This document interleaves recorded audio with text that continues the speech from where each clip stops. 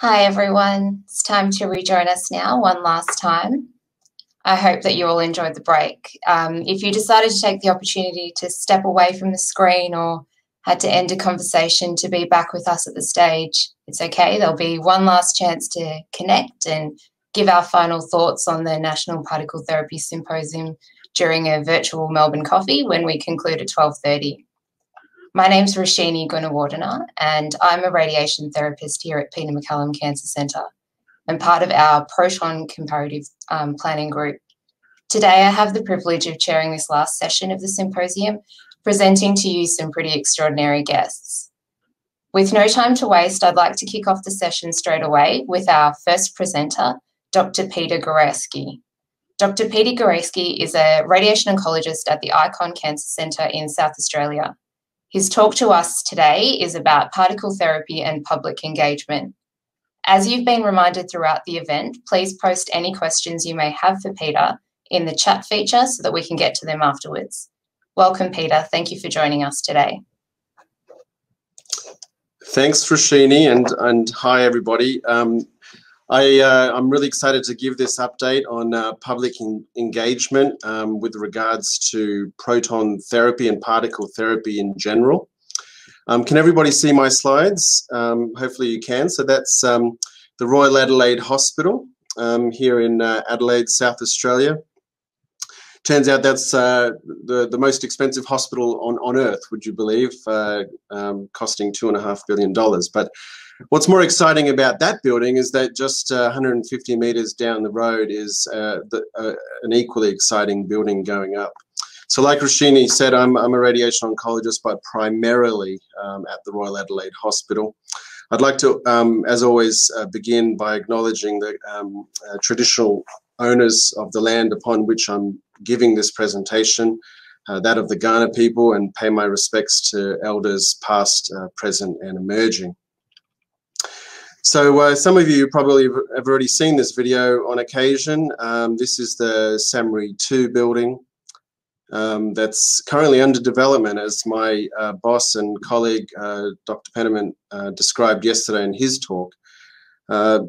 It's currently, being built with lots of digging, lots of drilling. There's a lot of heavy machinery on site, but that's how it's going to look in a couple of years next to the flagship SAMRI 1 building, which is the South Australian Health and Medical Research Institute, the primary or one of the main medical research facilities in South Australia. So the outline of my talk today is I'm just going to, go back a little bit, talk about what's been happening since the last symposium, and then also provide, a couple of points on reflection towards the end about where I think, we should be moving with public engagement and particle therapy in this state. And next year we're going to be showing off a lot of exciting things as the months go by, particularly with regards to webinars, which I'll touch upon. But if you follow me on Twitter, that's a blatant advertisement to follow me. But I'd be keen to get as many followers as possible to share not only video and photo footage of the development as it proceeds, but also efforts to engage the consumer and patient advocacy groups in this effort. So in terms of public engagement and consumer engagement with particle therapy so far, I'm very proud to say that we thought about this very early, and we knew it was very important prior to the second particle therapy symposium that was held. The first one, you'll recall, was in late December 2017. The second one was 6 months later at Westmead, where we held our first consumer forum, which was essentially a room full of patient advocacy groups, patients, consumers, our international guests, so Dr. McDonald from Harvard, and many others were present to really brainstorm ideas how this part of this broader effort could not only come into its own, but also provide very valuable information to inform us here in South Australia, and indeed all the other jurisdictions that have well-developed particle therapy programs. And so a lot of lessons were learned from that. And that was followed by the second Consumer Forum the following year in Brisbane, where we held a main stage forum during the main conference, where we had two consumer representatives present, which was a very courageous thing on behalf of those two, both a mother and a patient herself fronting up. And that was a very unique moment, I think, for our community to really gain first-hand experience and insight into proton therapy. Not only as somebody that experienced it themselves, but as a mother of a child that needed to go a long way to access proton therapy.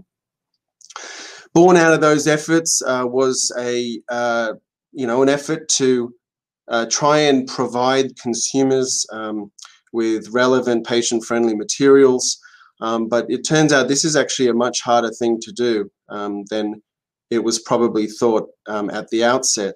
But I can assure you an enormous effort has been made to progress these materials amongst many different stakeholders and jurisdictions. And regrettably, as of the time of this talk, we're yet to finalize on an agreed upon version, but the RANSCA Particle Therapy Special Interest Group is going to take this up as a matter of priority in early 2021. So watch this space. However, not all is lost. I mean, there's the National Particle Therapy Steering Committee out of Westmead, which has representatives from all proton and particle therapy business cases, have actually come together to provide a consumer document, both a short 2-page PDF and also a longer version, which basically introduces particle therapy conceptually to consumers and provides them with relevant information that is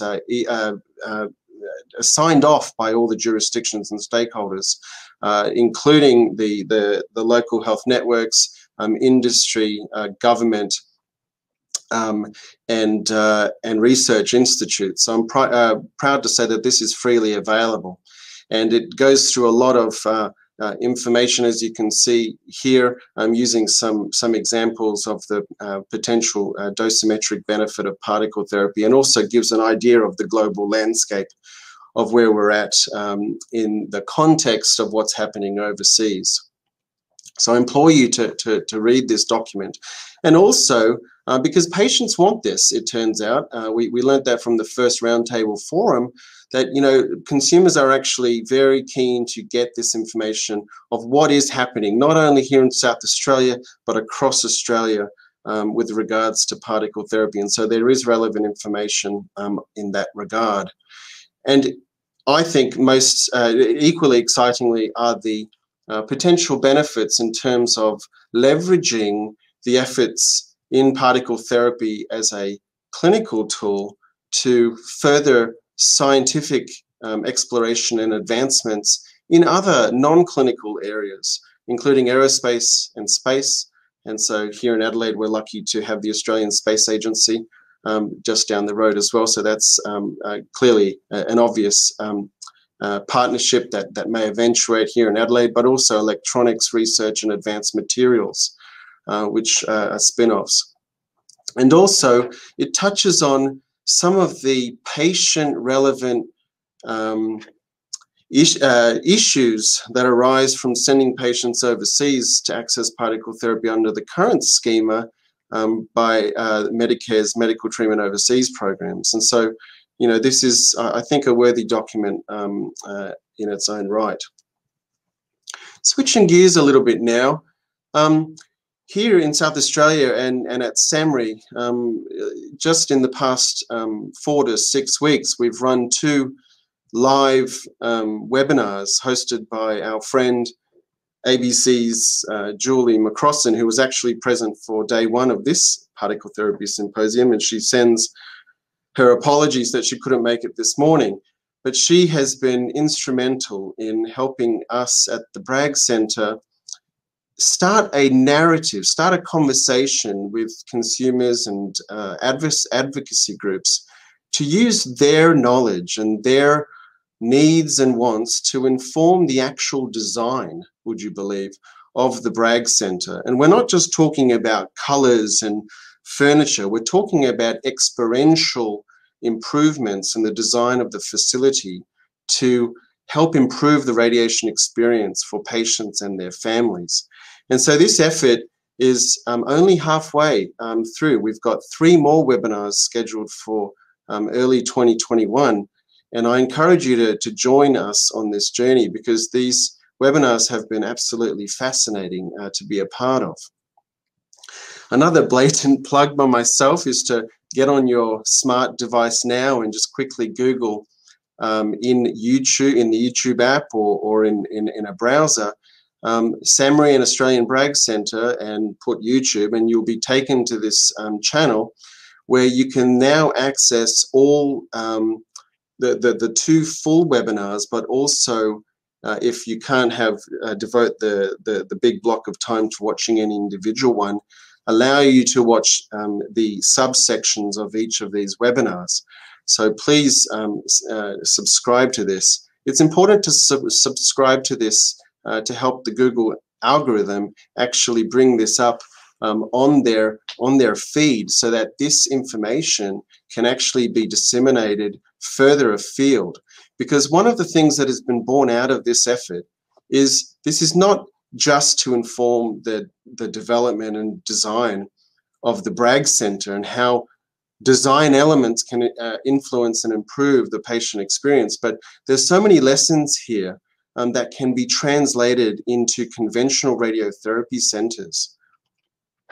Here is a list of the webinar sections that I mentioned a moment ago, and it's really amazing to see so many multidisciplinary people involved in this effort, and a shout out to Nigel and Daniel from the Peter Mac Center, as well as our allied health colleagues, Benet Brown and Jody Nixon at the PA Hospital in Brisbane, and many others who have given up their time to help us understand the patient experience and what expertise we have already in Australia and overseas to capitalize on in the design and development of the Bragg Center. So please go on and watch as many as you can. Here are a couple of snapshots. That's a really bad photo of me, actually, in the top right-hand corner. But again, these are very high-quality videos embedded in a webinar. So there's a mixture of pre-recorded videos with Julie that also have video footage of some of the things that Nigel and Daniel, as an example, have been studying and developing at Peter Mac with regards to pediatric virtual reality technologies that help pediatric patients go through their experience during therapy. We also had an excellent session with Professor Morten Hoyer from the Danish Center for Particle Therapy, who helped help us begin to understand some of the structural things, not only from a design perspective of the bricks and mortar, but of the referral networks and systems that have been put in place after many years of careful thought on how to create a sustainable particle therapy system within Denmark. And this is also reflected in the UK experience. John Archer, you can see there, is the clinical service manager for the first NHS-funded particle therapy service in Manchester, among many others. And including, would you believe, the 2 lead architects. So the actual, so you can see Rosina Di Maria in the top right, from Woods Bagot, who turn out to be a world famous architecture firm, which were actually founded, would you believe, here in Adelaide, but have offices worldwide and are celebrated in their own right. But they have amazing insights and knowledge from their own world that they are bringing into to inform the design of our center. And what we're trying to do is get them understanding what patients and consumers and our own experts within our community already have, and marry those 2 worlds together. Rosina, interestingly, brought up as an example this concept of biophilia, this concept whereby humans innately possess a tendency to seek connections with the natural world, and how those concepts in her world can be used to influence and maximize the patient experience at the Bragg Centre, and vice versa. They were absolutely intrigued by some of the messages in the webinars that are going to then help inform their own design. And then ultimately this will come together in what I think will be an amazing initial particle therapy centre here in Australia. Switching gears now to the final part of my talk is I want to sort of touch on where do we go from here with regards to patient engagement. It's a really delicate topic in my opinion, because we need to help facilitate the public and consumers and actual patients and their caregivers to come together to help essentially advocate on behalf of vulnerable cancer patients that might derive a benefit from proton therapy, but also at the same time delicately sort of reconcile that with very modern conventional treatments that are the mainstay of radiation oncology now and will be into the future. And so we need to carefully navigate that going forward, but without directly telling consumers and advocacy groups what to do. That, I don't think, is our role. We have excellent examples from our own industry to help facilitate that and promote patient advocacy and essentially help it organically grow on its own feet, and in the way that they want. And so I think the targetingcancer.com.au patient advocacy platform is an excellent example where the tripartite came together and then brought patient and consumer engagement on its journey. And now we have this wonderful resource that is used worldwide. There are excellent examples of government and non-government foundations that help support patients and advocate on behalf of patients and their families. Here are a couple examples: Cancer Council, the very famous Canteen outfit, Cancer Voices New South Wales, and also individual efforts by Julie McCrossan again, who's come up with her own Head and Neck Cancer Forum website with very good information for consumers and patients embarking on treatment for head and neck cancer. She is a wonderful patient advocate because she herself is a survivor of stage 4 throat cancer, which was cured by radiation therapy. And so we have a lot to learn from Julie and many others, but we don't want to be seen, at least in my opinion, to be telling them how to sort of come together with regards to proton therapy and particle therapy. So what I'd like to propose in the next sort of little while before we meet again for the next, what will be the 5th National Particle Therapy Symposium in 12 months, is this concept of a National Particle Therapy Collaborative, which is what we are, supported consumer advocacy partnership. And so if you read into the Rare Cancers Australia report, their Vision 2030, I think this is a wonderful backdrop to sort of help, facilitate this consumer-led, organically grown effort to bring consumers in with our collaborative and see where this goes. So I'd like to take opinion from that, from the members today, but also following this talk on whether or not this is a concept that people think they want to pursue. And just my last slide really just touches on where those efforts that I've just outlined might then go, and that is towards using patients and consumer groups to help inform the actual design of clinical trials, which is what they're doing here in the United Kingdom. This is an excellent paper I'd implore you to download and read.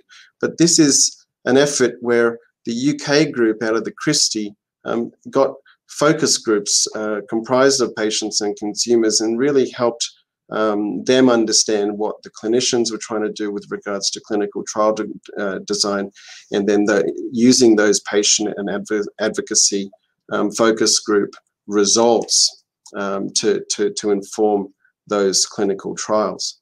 So with that said, I'd like to thank you for your attention, and I appreciate any comments and questions. Thank you.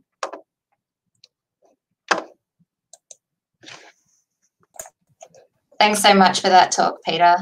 That was some really interesting insight into how the team at Summary have really prioritised making the consumer focus a part of everything from the outset. I think we've all, and I know personally myself, have gained a lot from this being a priority, and I think Julie's done some fantastic work in bringing that to the forefront of everyone's minds. Casting your mind to those consumer forums, as a clinician, was there anything that you learnt, I guess, from the groups that were involved in that conversation that was surprising or new? Was there anything that particularly stood out as something pivotal that has been included in the process since then? Oh, look, there's a lot to, there's a long list.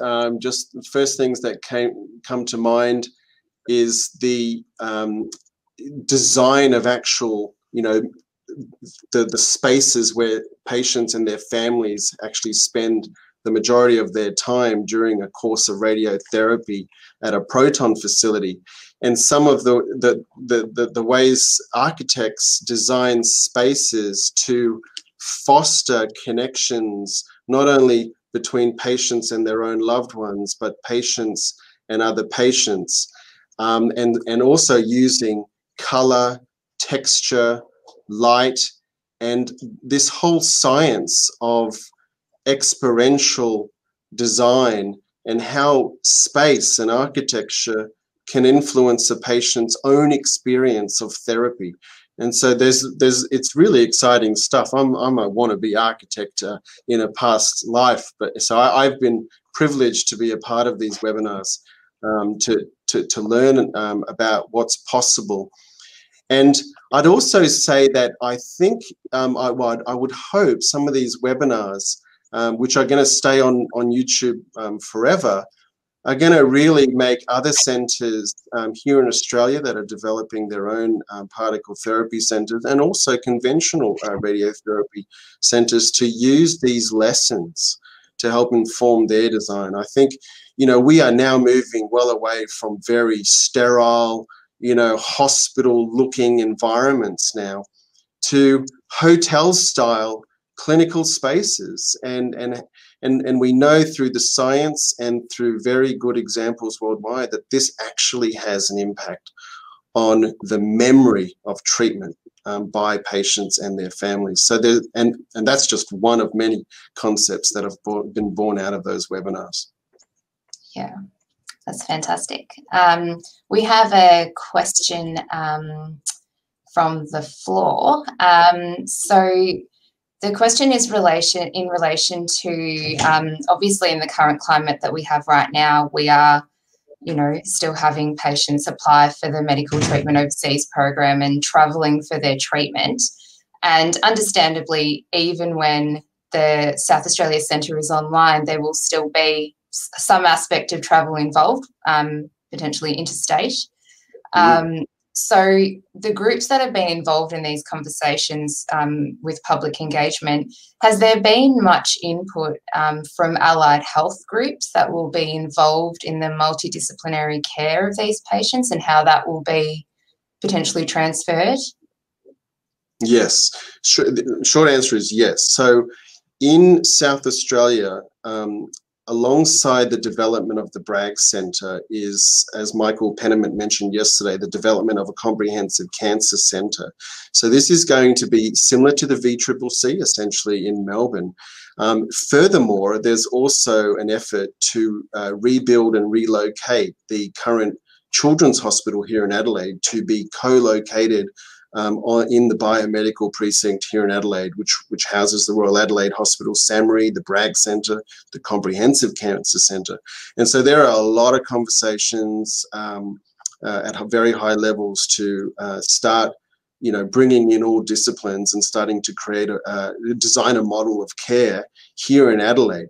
Now, what's going to be very challenging is linking, as you mentioned, with referring centres all across Australia, at least until the second and third centres come online. So there's going to be a very important need to create a referral network comprised not only of clinicians, but of therapists, physicists, nurses, and the comprehensive suite of allied health professionals to come together and triage and appropriately manage patients that come to Adelaide for proton therapy and then return home for ongoing follow-up.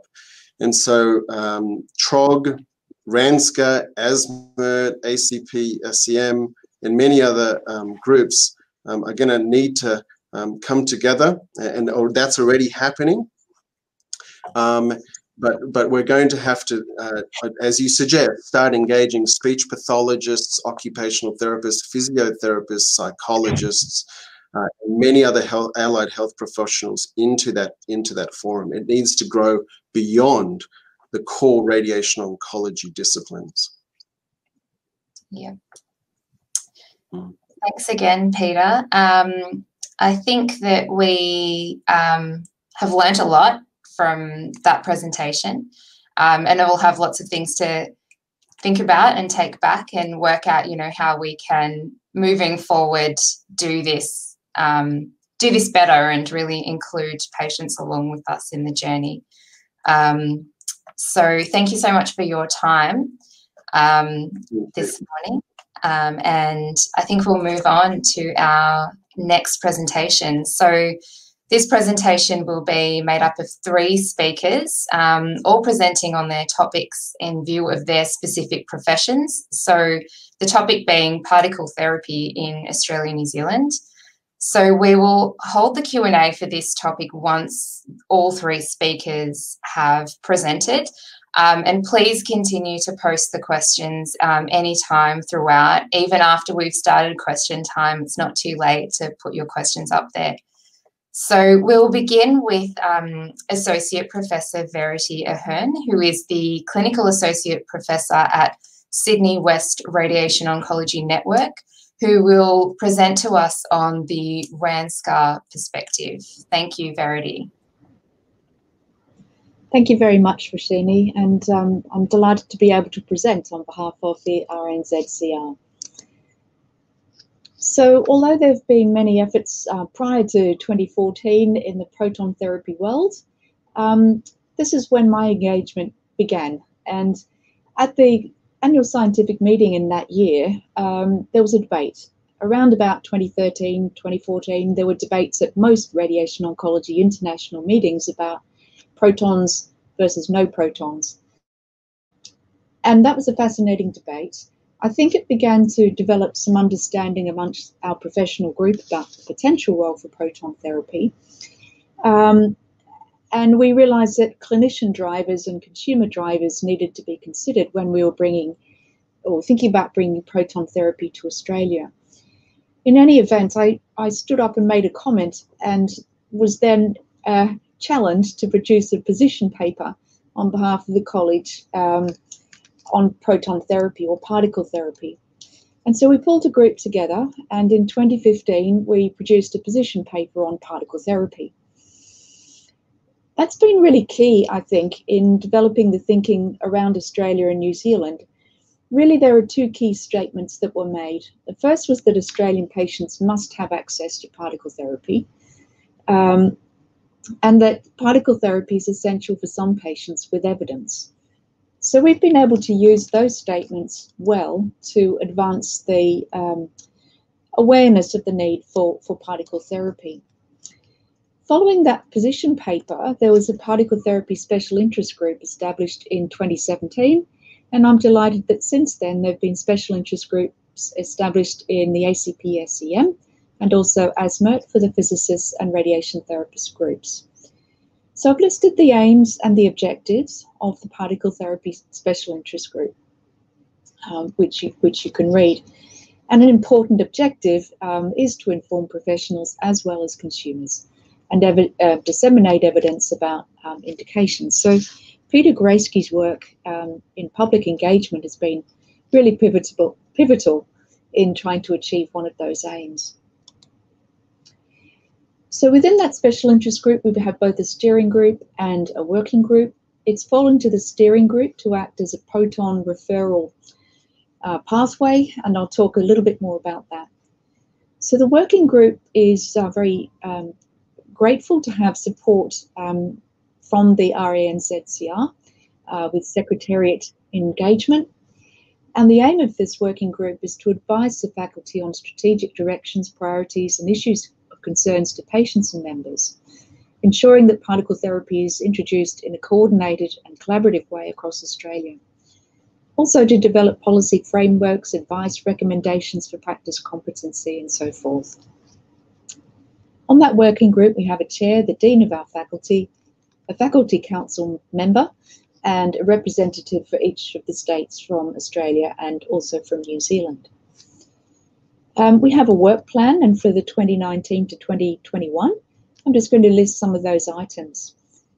So for last year, we hope to have completed the consumer-friendly information for the Targeting Cancer website. That's proved a little more challenging because we're trying to be collaborating with many different partners, but I think we're nearly there.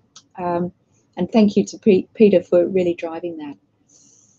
We are updating the position paper, and a key step was to undertake formal systematic reviews. And that's the work that we heard Unji Wang present about yesterday, and that's been a huge achievement to do that. The position paper is near finalised, and the update should be available by the middle of next year. I have to say that's one of the things that's been slowed down somewhat this year through COVID. We also want to keep working with the Commonwealth regarding the medical treatment overseas program. And high on our list is to establish a national registry with a minimum and agreed data set as a platform for future clinical trials, but also selection of patients and others. So we're working with TROG. Many of us are members of both the RANZCR Special Interest Group and the TROG Particle Therapy Special Interest Group. Regarding workforce competencies, we have a draft document about guidelines for safe clinical practice, and this is really about what we need to do as clinicians to be safe in this area. That needs more work, but we certainly have started on it. For next year, we ambitiously thought we'd start working on treatment protocols.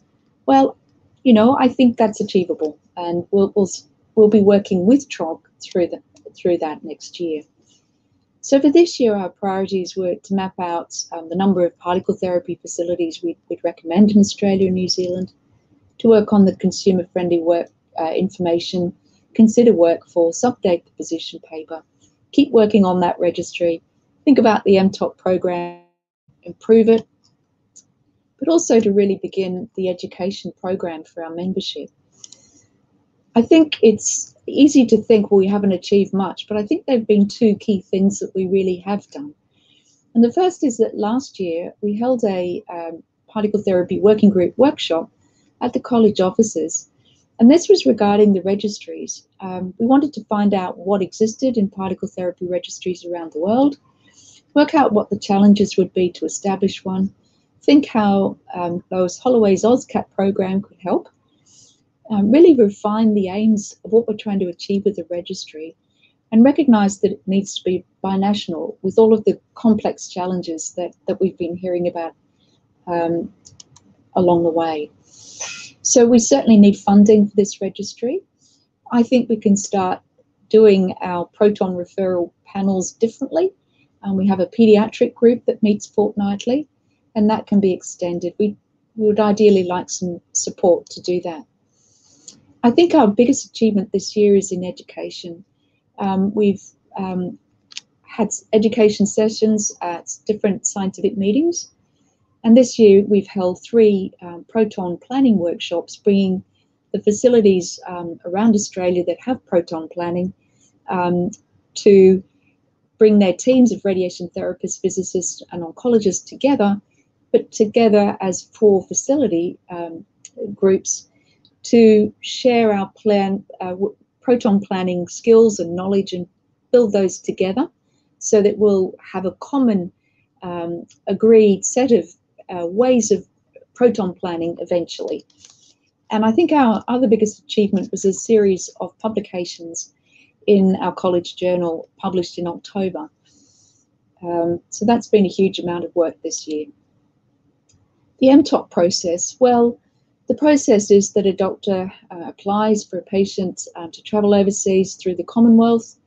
The Commonwealth sends the application out for review to relevant colleges, not necessarily just RNZCR. The college sends this to 2 independent reviewers. The independent you can argue about. They provide a report and opinion back to the college that collates a letter that goes back to the MTOP Commonwealth, who then notifies the doctor and the doctor of the outcome. So the problem with it is it's voluntary, it's extra work. We don't really have the opportunity to review diagnostic scans. There's no MDT discussion, so you're an isolated clinician trying to make a judgment. And that's not the way we work in day-to-day clinical practice now. So it's not ideal. And I think the biggest criticism is that it really doesn't have transparency of the decision making. It takes time, and there is a better way of doing it. And really where I think we're pretty close to landing on is that the review panel should have different tumour site or body site specific panels. So, you know, pediatric, head and neck, base of skull, for example. And it should be multidisciplinary, not just radiation oncologists. So surgical, radiology experts, whatever's pertinent to that tumour site. And we should be able to upload all that patient information that's relevant to making decision into a repository. And that's what we're trying to do through this TROG registry. That would be a lot more robust and transparent in assessing cases. So that's basically what the college has advised the MTOP to do. And we've been working on this for a while.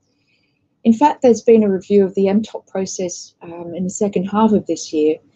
And the college did, again, recommend the establishment of the panel, establishment of a national registry. They recommended creation of a list of approved indications for proton therapy. And we also suggested that there would be could be a limited number of facilities abroad to which Australian patients could be referred. And that way we would be able to get information back from those facilities about the treatment in the way that the UK has been able to do, and we don't have yet. So there's no Medicare item in Australia for proton therapy yet. There is a second application that's gone in, and the faculty has provided feedback through the formal process. So those are some of the activities we've been up to. So the key priorities remain to educate the membership as well as the general community. I think a big emphasis on the college will be to train the workforce and to find out ways of ensuring, it's absolutely imperative, ensuring that we provide safe delivery of proton therapy. We need to select which patients receive the treatment. We want to be advocates for patients accessing this treatment. We need to develop treatment protocols and, above all, continue the national collaboration, coordination, sharing knowledge and resources. And I think we've really developed a strong dialogue in that area, together with our colleagues coming under the banners of ACPSM and ASMO. Thank you. Thank you, Verity. I'd like to now invite Dr. Scott Penfold, a lecturer and in medical physics program coordinator at the University of Adelaide, to continue the conversation on ACP-SEM. Welcome, Scott. Please go ahead and share your perspective. Thanks, Roshini. And congratulations to the Peter Mac team for putting together such a great symposium. So I'll be giving, as Verity did, I'll give an update on the ACPSEM particle therapy working group that I have the privilege of chairing. So I guess to introduce the working group, or as a reminder for those that are already familiar with it, so we currently have 15 members in our group. Each branch of the college is represented. We also have our Panzer representation, and we've tried to break up the workload by assigning different leads to each of the work streams that we have. So our work streams are broken up into 5 different categories. We have reference dosimetry, radiation safety, training and professional certification, quality assurance, and data analytics and patient selection. And so we feel those are the 5 main areas where our group can contribute on the national scene.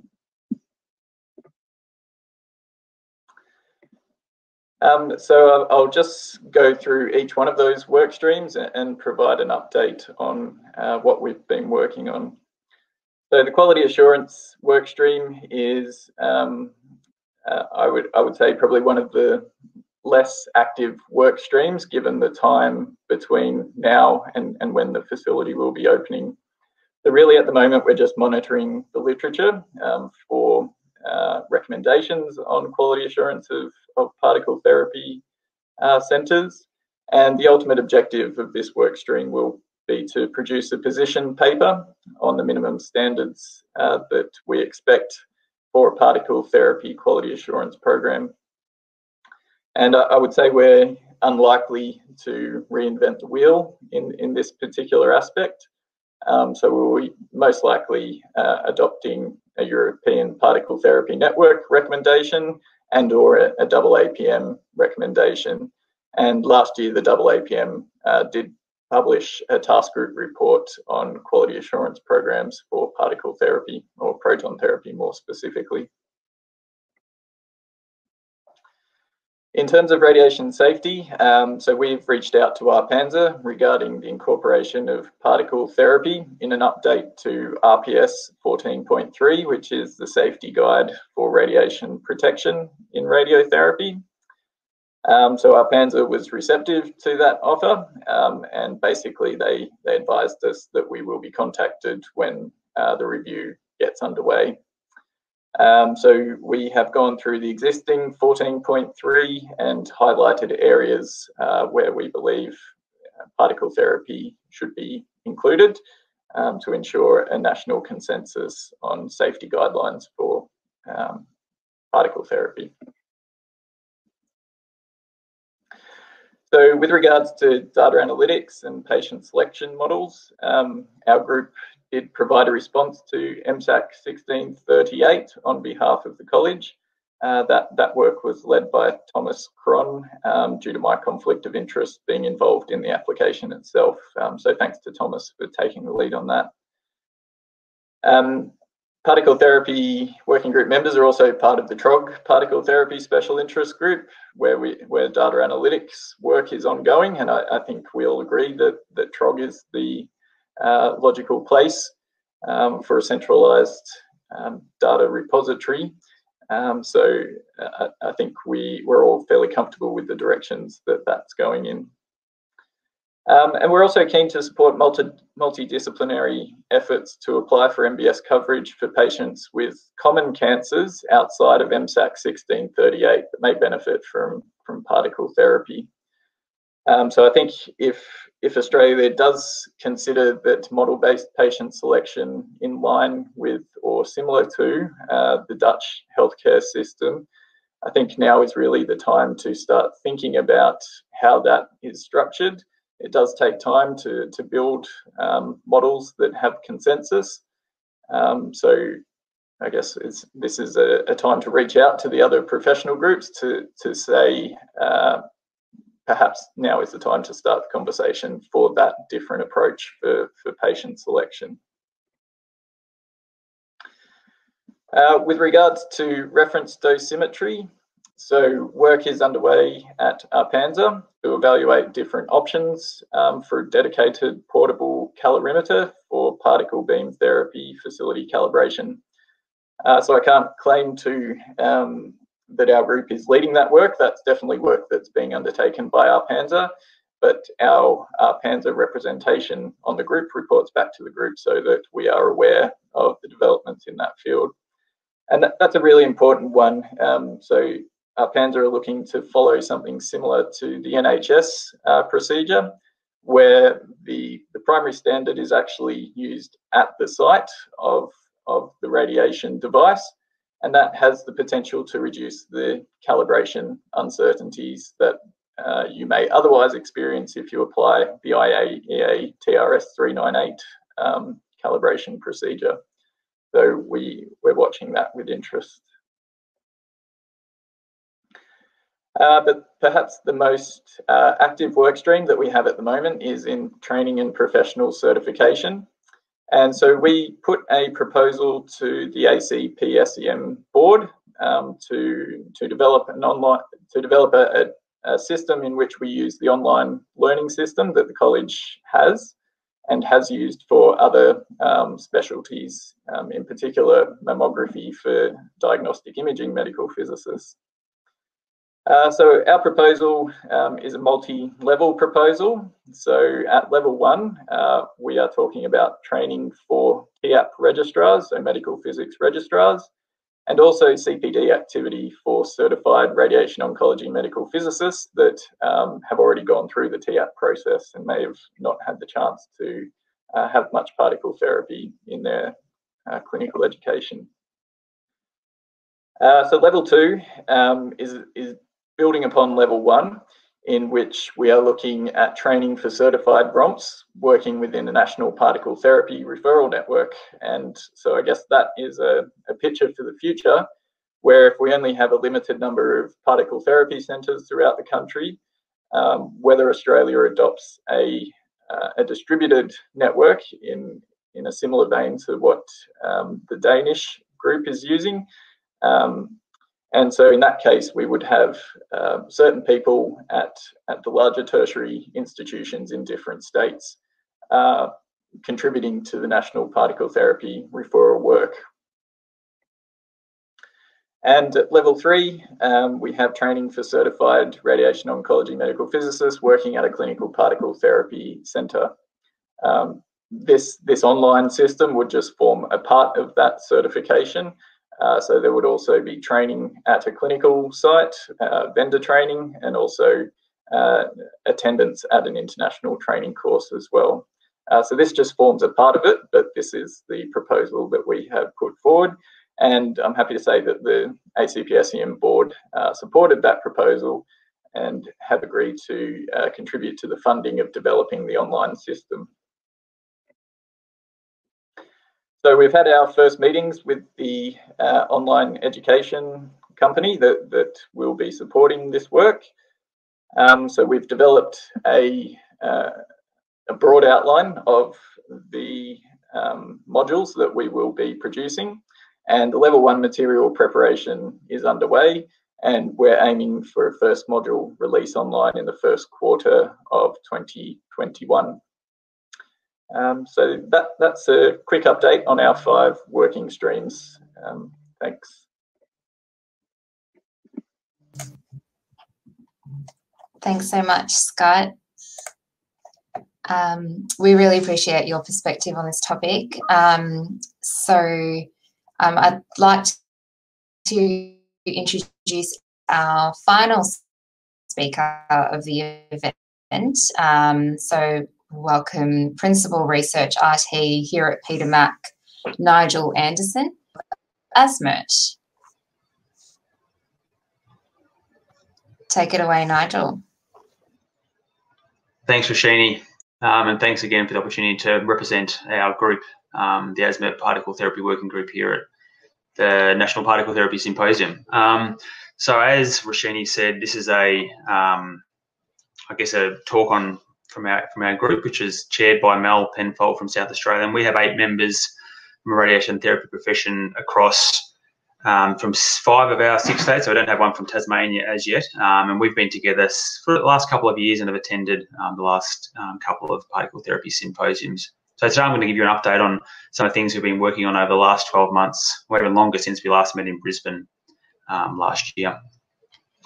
So we meet every other month, so every couple of months we get together, and as we've become used to in the last sort of 8 to 10 months, it's via face-to-face meetings. We would usually meet at the National Particle Therapy Symposium in a face-to-face matter, and also, if we can, at our ASMERT annual meeting as well. And some of the stuff we've been looking at focusing on the last 12 months is really getting a baseline or understanding of where the knowledge level is at amongst our radiation therapy profession. We started off by doing a couple of surveys, one amongst the universities who offer radiation therapy training within Australia, and there's 8 of those, to try and get an appreciation of what sort of proton content or particle therapy content they have in their current curriculum, and also what their plans are for future for protons or particle therapy into the future. So it's really important for us to understand where that currently sits and where it can really help us tailor what we do from this point on, and trying to educate our profession as we move towards SALMARY's go live date in 2024. And this is really to build on some of the knowledge we gained from looking at other centres abroad over the last 12 months and understanding how they've looked at educating their staff groups, in particular the radiation therapists and also dosimetrists, because we do play that dual role here in Australia, and what sort of processes we might look to undertake as we move forward. Because we realise that whilst the centre's in Adelaide, we've also got a number of other referring centres across the country who will need to be upskilled in this very niche part of our profession. So we're very mindful of that. Of course, we're representative of our profession, and that being ASMERT. And whilst we're the 8 members from our different states, we also have a responsibility to keep our membership informed. So we're currently in the process of, and we're about to publish an article in Spectrum, which is our ASMERT. I think it gets published 3-4 times a year, our quarterly magazine, Spectrum, to give them an update on where we currently sit. And I think for all the ASMERT members who are out there listening today, I think that's due to come out any time now if it's not just dropped recently. Again, as Verity touched on previously, we've had some consultation in some of the documents that have been put forward and proposed in the last 12 months, one of those being the MSAC consultation document, which is again was the second version of that has gone through, and also the RANSCA consultation document towards the end of last year, also on the guidelines for safe practice of particle therapy. Because we all understand it all, the tripartite professions are working together. It's important that we get each of those disciplines input into any documents that we look to contribute. So it's a real sign of the unity that we're showing in pushing our case forward for particle therapy in this country.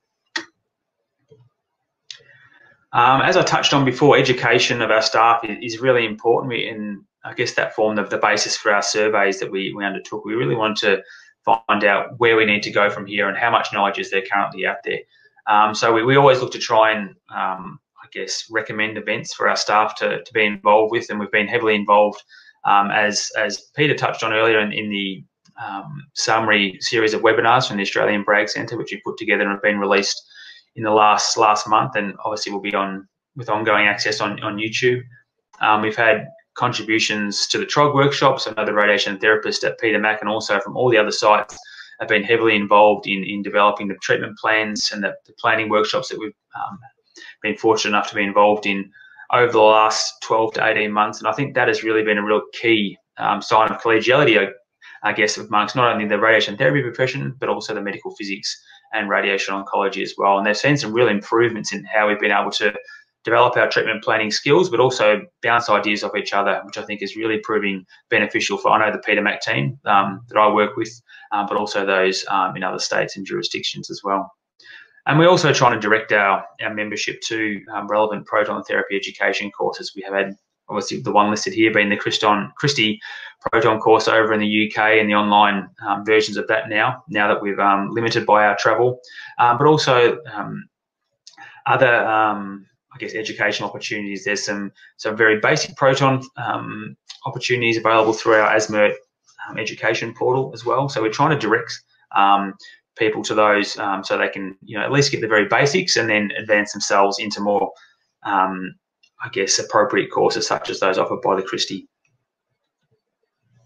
So our direction for 2021, and it's again probably on the back of some of the things that Scott touched on previously. It's looking at where do we go in, I guess, certifying ourselves professionally to deliver particle therapy. Because even though it is still a couple of years away, it's important we start to, I guess, build those blocks right now. So the training education, as we've highlighted from our surveys, it's a really important part of this process, and trying to build upon, I guess, the baseline that we currently have and how we might go about doing that. So do we offer that in a university or a tertiary setting, or do we develop our own program similar to what Scott detailed for ACP, SEM just before? So these are the kind of questions we're starting to ask ourselves now that we've got an understanding of where our current knowledge levels are at within our profession, but also at our universities, and how they are seeing particle therapy or proton therapy in being incorporated into their programs moving forward.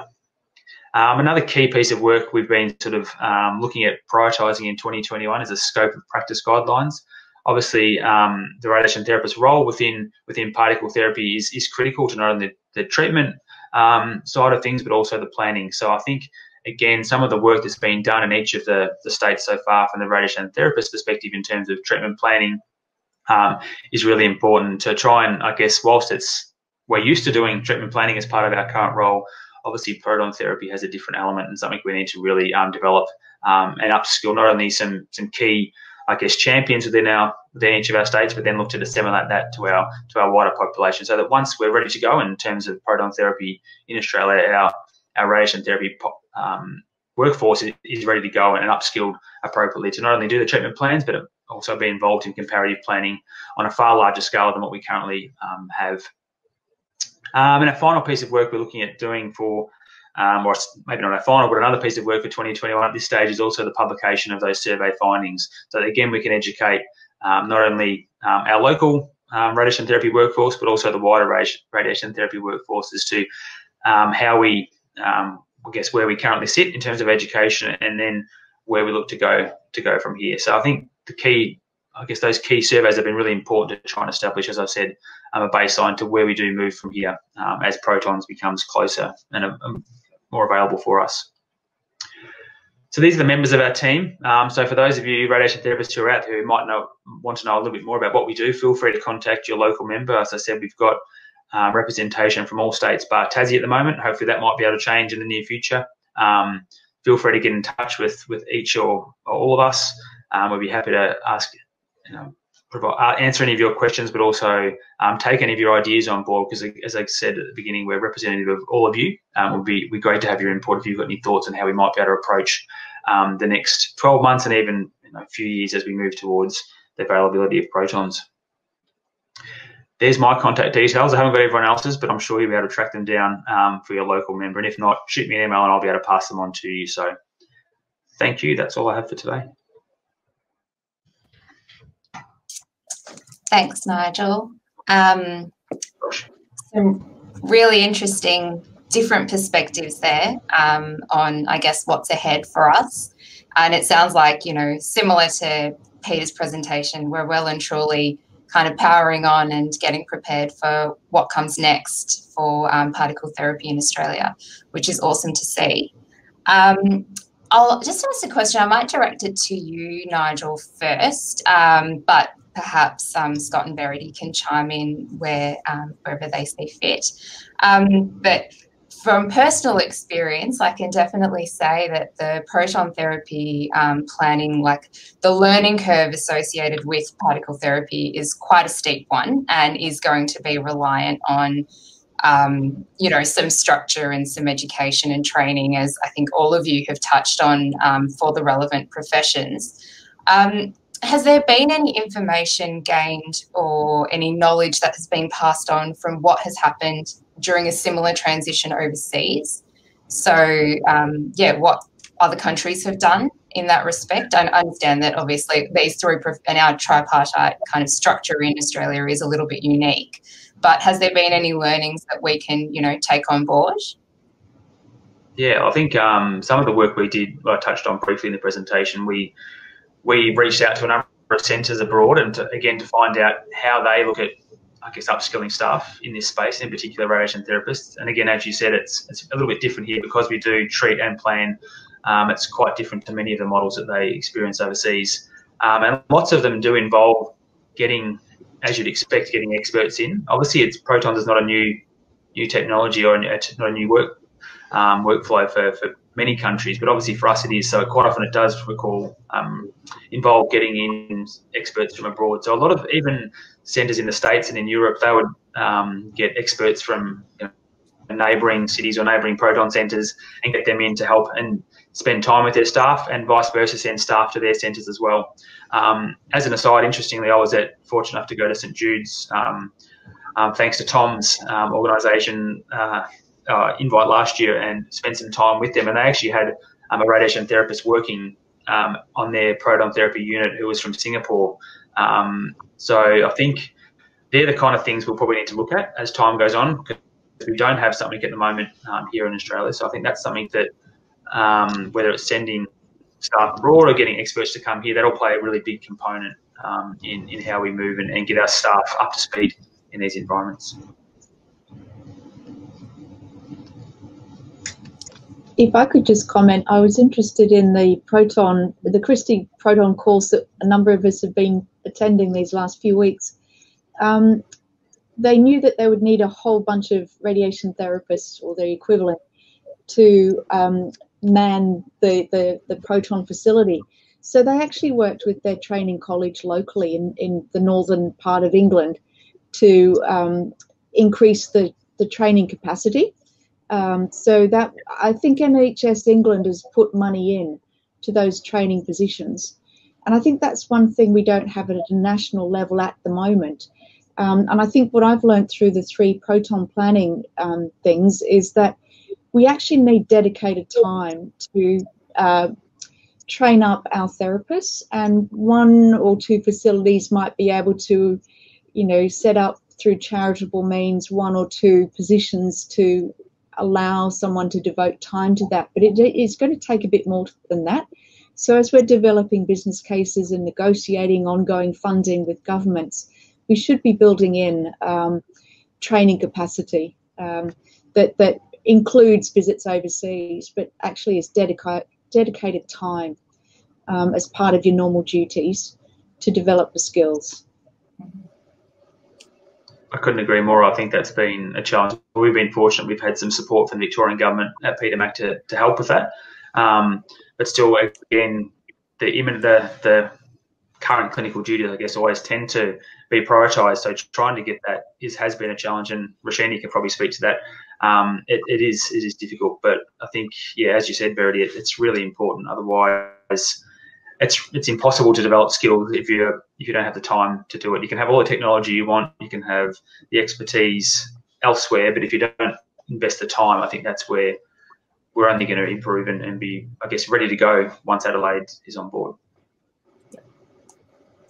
Yeah, I think all of our project comparative planning teams have been rather fortunate and successful in setting up relationships with international centres, and really they have been very valuable in providing, speaking from experience in the Adelaide team, they're very valuable in providing some quality assurance and feedback on your planning techniques and making sure that you're going about things in a reasonable manner. Yeah, I think those comparative planning workshops have been ideal for that exact situation. And I know even the Peter Mac team are super appreciative of being able to share what we've learnt so far, and, gaining knowledge from, shout out to the team at South Australia, who are always very generous with their time and, being able to, answer our questions no matter how small or how big. So, yeah, it's good. It's great to see everyone come together like that. Sorry, I apologise for the sound breaking up a little bit. Hopefully we can bat through okay. We're just about to wrap up the presentations for the National Particle Therapy Symposium for 2020. So we met after all that 2020 has thrown at us. We still managed to get this together, reach this point, and be able to learn so much from each other and share our knowledge, which is fantastic. So I'd like to thank the symposium organisers for giving me the opportunity to be here with you this afternoon as the host. And I'll hand over back to our MC, Jerry Hanna, for a final summary of the symposium and perhaps a chance to answer any more questions. Thank you all, and we'll see you in the discussion rooms for virtual coffee later. Thanks, Roshini, and thanks for a fantastic final session from each of the three professional organisations. Thanks to Verity, Scott, and to Nigel for that too as well. So as we come to the end of our symposium, one thing just first of all to mention is we will be seeking your feedback on how this went, your suggestions for future topics and future items to consider. We will also email you, once you complete that, a certificate of attendance. So please do complete that feedback and we get those certificate attendances out in due course. They also will include links to the various presentations that have taken place over the last 2 days. Now, as we come to the very final steps, I want to share with you again the communique which we will put out publicly after this meeting today. And this is a very standard thing that we have done in the prior meetings as mentioned earlier. And it really summarizes the topics that we've covered, our thoughts and our collective approach to bringing particle therapy to Australia.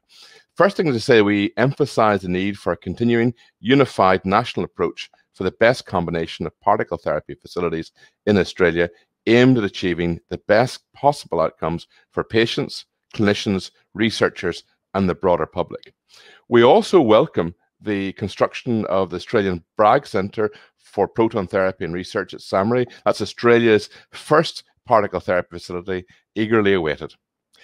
We also support Victoria's proposal for a Victorian Proton Therapy Centre within the Melbourne Biomedical Precinct. We also recognise the progress made by Australian clinical and research communities in developing a coherent national plan for particle therapy facilities, including a high-energy proton facility in South Australia, proton therapy facilities in Victoria and Queensland, and a proton and carbon ion therapy facility in New South Wales. We note the access to particle therapy as part of the MTOP programme for Australians is currently limited due to COVID-19, and that's why we have to build our own sovereign capacities in this regard. We draw attention to the progress that has been made and by both the clinical and research communities in developing that skilled particle therapy workforce we've just mentioned, and it's very crucial to its introduction in Southern Australia too. We note that also in 32 countries, there are 110 operational particle therapy facilities and at least 65 or more under construction, offering, and also 19 carbon ion therapy. So it's very timely. Australia needs to get into the international picture in proton therapy and particle therapy. Thousands of patients with life-threatening tumours and paediatric cancers go untreated due to proximity of sensitive organs. We can't get the dose down low enough, and these may potentially benefit from particle therapy. And we acknowledge that group of patients, and we really put that case towards the federal and also state governments. We support the establishing a national cancer registry, as mentioned it earlier, to evaluate the patients who may benefit, to expedite the funding processes, the research, clinical trials, benchmarking, and also the collaboration across all our centres in this regard. And we support the need for a nationally coherent, a uniform referral network for patients with sustainable reimbursement scheme. That's underway too. We commit to ensuring that access to particle therapy is available to those most in need based on internationally recognized clinical indication protocols. We also recognize that collective efforts will provide the tools for Australia to lead research in particle therapy. And we mentioned TROG earlier, to generate innovation and also to create jobs across all our disciplines. And we recognize the importance of patient and consumer engagement. Peter's talk was fantastic earlier. I point out why patient, consumer, and their families' engagement is really essential if we want to develop the best particle therapy facilities. And finally, we noted the several excellent publications and editorial in our National Radiation Oncology journal, JMIRO. And these are all the delegates that are included. And we will send this out after this meeting is communicated. I'll stop sharing my screen there if that's okay. Very finally, we've come to the end, and I hope you've enjoyed this symposium. This has been a really fantastic team effort. It's been quite amazing to get this done in the year that we've just had. I want to thank everybody for their attendance and for their interaction. The chat, both in the online forums, also on Twitter and other spheres, has really been fantastic, and I think it will help accelerate our collaborations and our working together. Although we're physically distanced, this platform has really allowed us to come together and strengthen those collaborations as we seek to develop particle therapy and proton therapy for Australia. I do want to thank a bunch of people who worked really hard to make this happen. Firstly, can I thank the speakers, especially those who've dialed in from overseas. The talks on both days have been really excellent, and hope you've also really enjoyed them too. I want to thank the Ransker Particle Therapy Working Group for their guidance, their support in running the meeting this year, which we thought wasn't going to be feasible. I also want to thank TROG for running the Proton Planning Therapy Workshop on Thursday morning, and give a big shout out to Adam Yo for coordinating and running this, and Alicia Moore from TROG for her support. The feedback from this session has been immense, so that's something we'll continue to repeat and continue to learn from. Can I thank the conference platform hosts, that's JT Production Management, who set this platform up and have done a really excellent job in running the conference. So my sincere thanks to Chloe, Stephanie, Victor, and Julia for really doing an excellent job. I want to thank Christy Matthews, one of our radiation therapists, for getting the groundwork for getting this meeting going. And very finally, can I thank my co-hosts from Peter Mac, radiation therapist, Dr. Nigel Anderson. Nigel, thank you. And Director of Physical Sciences, Professor Thomas Crown. Finally, can I thank everyone for your attendance and for your attention. I hope you've enjoyed it. Looking forward to a fantastic conference next year in 2021. Thank you very much.